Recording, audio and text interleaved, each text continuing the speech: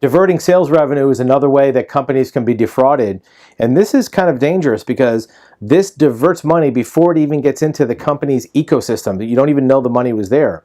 So there's no balancing entry needed by a fraudster. A lot of times in a company, if somebody takes money out or does a fake payable, they have to balance it with some other debit and credit to make sure that that matches. If you're just taking money from incoming sales revenue, basically taking money out of the till, however that works in your company, you don't have to have a balancing entry because it never entered your company's ecosystem. This can happen with cash, checks, credit cards. Any payment method can be diverted.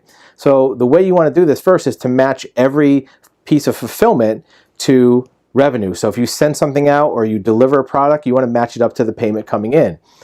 The method to fulfill sometimes is hard to do. If it's a over-the-counter item that's done manually, it may be difficult to match up that process. The way that a fraudster will do it is to either manually fulfill that outside of your company's fulfillment or shipping system.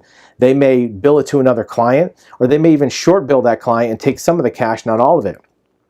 Look for customer service calls that don't have a sales entry. If somebody calls about service on your product or a question about a product and you don't find that customer in your system, before you discard that or make it a customer relations problem, look at it as an accounting problem to see if there's some fraud happening. Look for inventory missing. If your inventory is constantly short, the shrinkage might not be from theft of that inventory or loss. It might be from this kind of short selling of diverting money coming in. You may also see it as a higher cost of sales percentage on your P&L. If your cost of sales is higher than it should be, that could indicate a diversion of incoming revenue.